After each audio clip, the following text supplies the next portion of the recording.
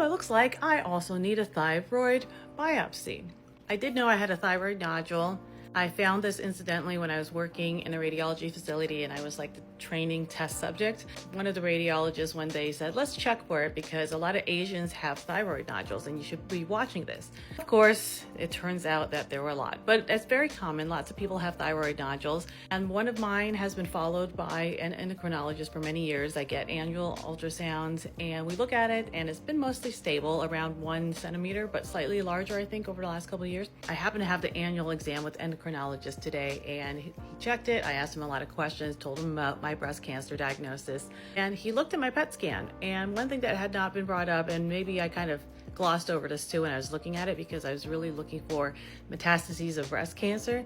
He said there was moderate uptake in the thyroid and also moderate uptake in the lymph node that was in my axilla. When you have a PET scan, the dye that they give you is a radioactive dye with some sugars, and it goes towards the areas that might have cancer. You know, that's why the PET scan's done. They want to kind of just check where there might be cancer elsewhere.